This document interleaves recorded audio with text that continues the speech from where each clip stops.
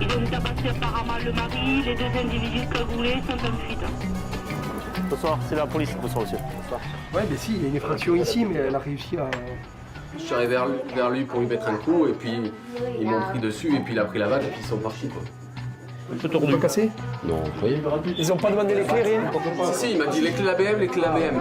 Je savais pas où elles étaient, alors... Oui, c'est une tentative de carjacking. Bon, il s'est pas laissé faire et ils ont pris la fuite.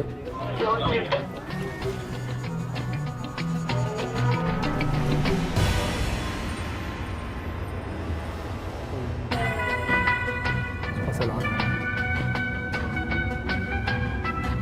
Je voudrais voir si il a repéré la rue Fédot. École campus, c'est la 27-25. Je vous demande pour que la mission Carnot, quelle initiative? C'est pas ce là. Concernant l'affaire, c'est-à-dire de la TV, c'est sorti au courant.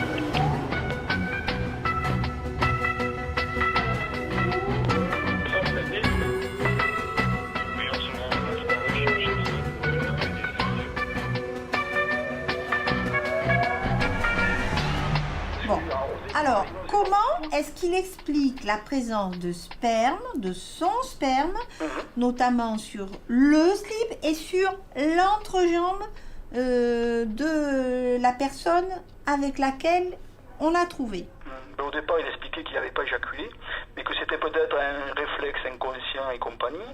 Et puis à la fin de son audition, là, maintenant, il me dit, ouais, bon, j'ai peut-être éjaculé, mais je me souviens pas, quoi. Enfin, on n'éjacule pas comme ça, spontanément. Oui, quoi. Il est totalement idiot ou il fait l'idiot? Je pense qu'il fait l'idiot, non, c'est une personne qui a quand même il a vraiment réponse à tout, quoi. Non, il a réponse à rien, Ah oui, justement. enfin, rien, voilà, si vous voulez, quoi. Mais bon, lui il s'explique toujours, il dit que personne ne le comprend, que quand il s'explique... Ah, mais le juge d'instruction va le comprendre, hein. Voilà, quoi. Donc, Moi, je pense, hein. Voilà, quoi. Donc, il n'en démordra pas, quoi. Il viendra pas que, effectivement, il a voulu agresser sexuellement Madame de Elle est Mathieu. déférée, hein. On va pas y passer l'hiver, Ouais, c'est hein, sûr que parce je qu'il peux dire. commence à m'agacer, mais alors très très sérieusement, vraiment quand même. Enfin, je veux dire, la décence conviendrait qu'ils reconnaissent au moins un rapport sexuel, ou ne serait-ce qu'une masturbation sur cette, Voilà. sur cette femme, voyez-vous, C'est ce hein. que j'avais... Voilà. C'est ce qu'on a essayé de lui expliquer, quoi. Mais bon, même ça, il ne veut pas le reconnaître, quoi. Eh bien, tant pis pour lui. C'est un... Seb 3. Alors 3.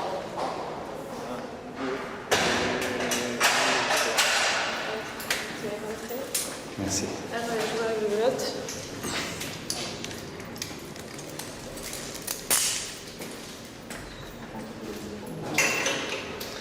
Merci.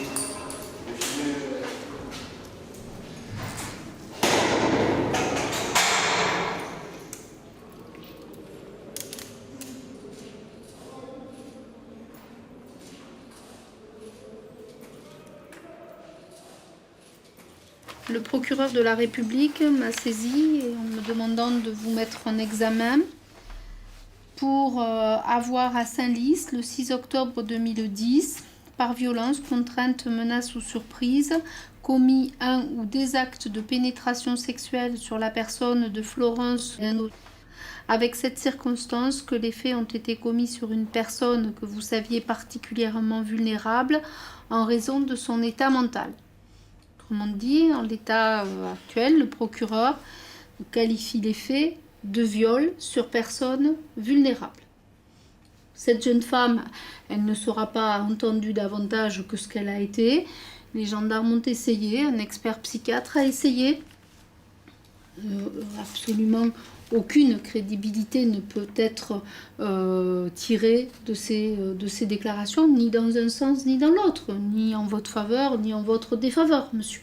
Hein, il faut faire ce constat-là, c'est son état mental. Ça veut dire, monsieur, que celui qui sait réellement ce qui s'est passé cet après-midi-là, c'est vous. On peut effectivement penser qu'il y a eu un acte de pénétration de votre sexe dans celui de cette jeune femme, de votre sexe dans la bouche de cette jeune femme. On peut tout imaginer, monsieur, tout imaginer avec les résultats d'expertise tels qu'ils sont au dossier. Alors votre intérêt, monsieur, c'est de dire réellement ce qui a pu se passer cet après-midi-là. Qu'est-ce qui vous est passé par la tête? Qu'est-ce qui s'est passé concrètement, hein, et qui fait qu'on retrouve effectivement votre sperme en différents endroits où il n'a rien à faire. L'infirmière qui vous a surpris avec cette patiente a décrit avec précision la scène. La première chose que je vois, c'est Florence. Elle était allongée sur le dos face à moi. Le pubis est dévêtu. Elle porte son casque. Elle porte ses vêtements. Elle est simplement dévêtue à partir du nombril. J'ai vu Pierre accroupi. Son pantalon lui arrivait à mi-fesse. Je suis partie quelques secondes et je suis revenue. Là, il était assis sur la table d'examen du kiné et avait l'air abattu. Je ne me souviens plus à quel moment, mais il a dit à Florence, dis à Sylvie que c'est toi qui as voulu. Qu'est-ce qui s'est réellement passé, monsieur? Mais ce qu'elle décrit est vrai, à part les intentions. Il n'y avait aucune intention de ma part. Je n'ai fait que vouloir relever la résidente. Au niveau de la parole, j'ai dit, et c'est vrai, le premier mot a été « excuse-moi », mais j'ai dit de suite « ce n'est pas ce que tu crois ». Et je n'ai pas plus... Pourquoi vous vous excusez, monsieur? De la situation dans laquelle je me trouvais, quand même. Mais pourquoi? C'est pas forcément très agréable de se retrouver là. Mais pourquoi? Puisque si on vous écoute, vous n'y êtes pour rien, monsieur.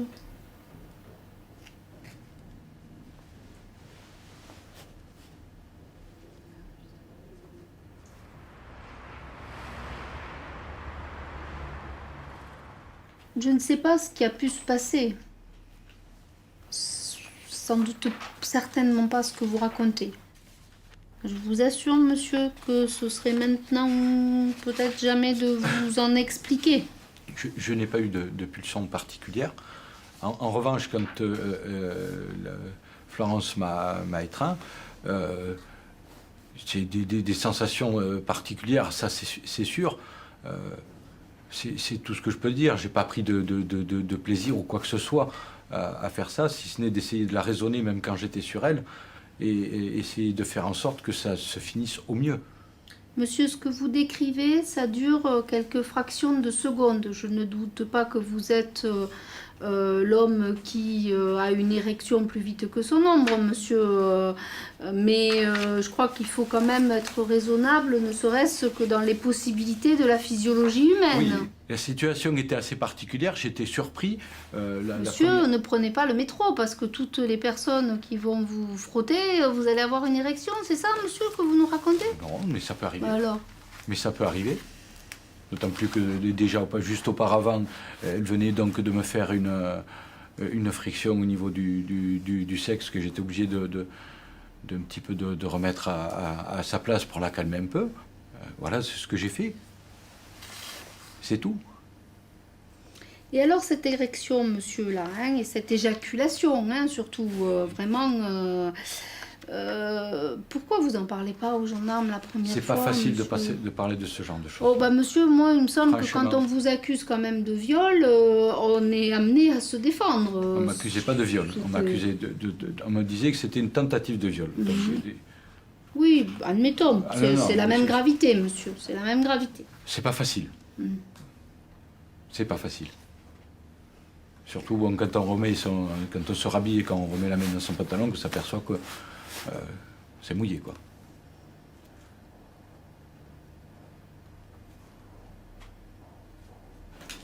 Comment se fait-il que l'on retrouve votre sperme au niveau de l'entrejambe sur le devant intérieur de la culotte de Madame Zeno?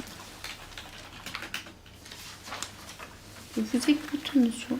C'est simplement en la rhabillant que j'ai dû le mettre, vu que j'ai été obligé de dérouler la culotte qui était passablement enroulée devant.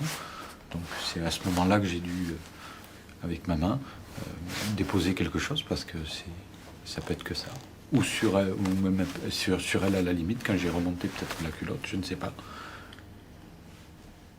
Question, pourquoi avez-vous fermé la porte de la salle à clé? Quelques résidents se sont missés donc à l'intérieur de la pièce. J'ai pour ça refermé la porte et mis le verrou pour éviter que ça ne se reproduise. Ça faisait une semaine que j'avais arrêté de fumer, donc j'étais sous patch, un petit peu sous tension. Et c'est vrai que lorsque j'ai claqué d'agacement ou fermé le verrou, pour moi, je l'ai fait machinalement, je ne l'ai pas fait avec intention de fermer. Mais on s'en fout, monsieur. Voilà. Mais on s'en fout. Pourquoi vous l'avez fait? Pourquoi vous ne le dites pas aux gendarmes? Parce que je ne m'en suis pas, au départ, souvenu que je l'avais fait dans le mouvement. J'ai été agacé. Monsieur... Il se peut très bien que ce soit à ce moment-là que je l'ai fermé. Ce n'était pas intentionnel pour moi. Pourquoi vous n'avez pas dit ça? Quoi, monsieur? Parce vous que je avez, ne savais pas que je dit l'avais je m'en fermé. souviens pas. Hein, J'ai dit je ne sais pas au départ, il ne me semble pas avoir monsieur. fermé. Non, non, monsieur. Ah, heureusement qu'il y a des écrits qui restent. Non, vous n'avez pas dit je sais pas, monsieur. Vous avez affirmé que vous n'aviez jamais fermé cette porte. Et vous avez affirmé devant l'infirmière lors de la mise en présence qu'elle se trompait. C'est pas la même chose, monsieur. Pourquoi? Pourquoi vous mentez? Parce que là par contre, c'est vous qui... Honnêtement, je ne m'en souvenais pas. Je n'ai pas fait ça, je l'ai fait dans un geste de dépit parce que ça m'agaçait profondément de voir tout le monde rentrer. Je ne l'ai pas fait intentionnellement. Pourquoi vous l'avez pas dit? Sur le moment, je ne pensais pas que c'était moi. Je ne pensais pas l'avoir fait, honnêtement. Écoutez, monsieur, on aura l'occasion de se fréquenter longuement. Contre votre volonté, je n'ai pas choisi non plus. Mais, monsieur, je laisserai rien passer. Rien. D'accord? Dans vos déclarations, etc. Vous devrez vous expliquer sur tout, monsieur. D'accord? Deuxième chose, que peut-être on ne vous a pas encore dite. Tout ce que vous direz sera vérifié. Absolument tout, monsieur. Parce que tout me laisse à penser, jusqu'à présent, que vous avez plutôt tendance à dire les choses pas forcément comme elles se sont passées. Alors donc forcément, par principe, je ne crois jamais sur personne sur parole, et vous concernant, ça ne peut qu'être confirmé. Dans le doute, on va privilégier la qualification la plus grave. Et on va un petit peu plus loin, on dit, mais ce que vous nous dites, on considère que ce n'est pas intrinsèquement vraisemblable. Donc, on en déduit que vous mentez, et donc, ça nous rend légitime à aller vers cette qualification la plus grave, qui est celle qui est proposée par le parquet. Alors, là, c'est assez sidérant. Le viol, c'est aberrant, il n'y a aucun élément médico-légal dont on puisse déduire qu'il y a un viol. Enfin, elle a été examinée par le médecin légiste juste après, il n'y a aucune trace de pénétration. Alors c'est là que ça m'inquiète ce que vous dites. Oui, mais on peut imaginer une pénétration dans la bouche. Alors, effectivement, on peut tout imaginer, mais on n'est pas là pour tout imaginer, on est là pour prendre du réel, des indices réels, et voir ce qu'on en fait en termes de traduction procédurale. Voilà. Alors je sais que vous le mettrez en examen, mais je vous demande de ne pas mettre en examen pour viol, mais à la rigueur pour agression sexuelle. On pourrait imaginer aussi d'ailleurs une qualification d'exhibition, parce que dans l'idée qu'il aurait fait quelque chose d'anormal, ça pourrait être ça, mais on n'a même pas la démonstration de quelque chose qui soit une atteinte sexuelle de la victime éventuelle. Alors aujourd'hui, je vous mets en examen pour des faits d'agression sexuelle sur personnes vulnérables. Ça, c'est effectivement une chose qui ne pose pas beaucoup de difficultés. Alors monsieur, je demande aujourd'hui votre placement en détention et je saisis le juge des libertés et de la détention. Ça veut dire quoi concrètement, monsieur, que je pense que ce soir vous devez aller en prison?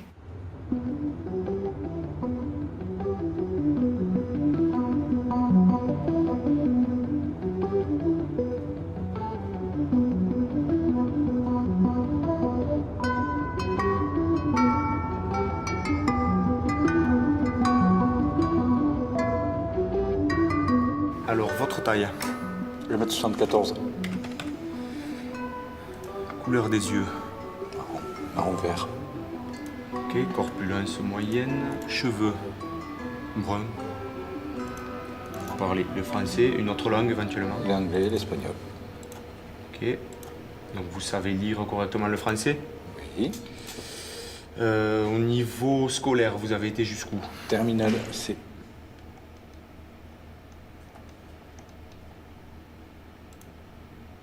Quel diplôme a obtenu? C. Bac C. Profession exercée. Éducateur sportif.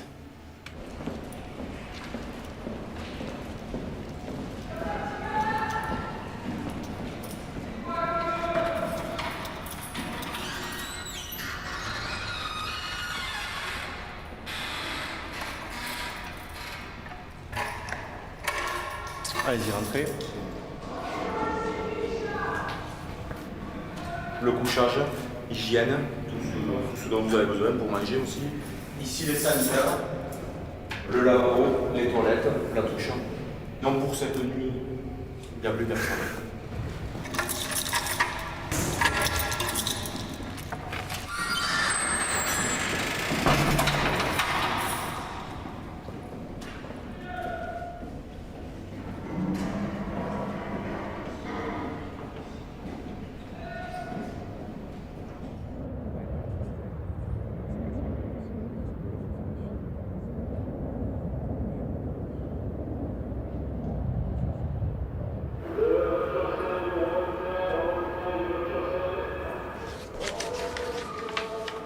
Alors, tout d'abord, je vais vous remettre un programme d'accueil.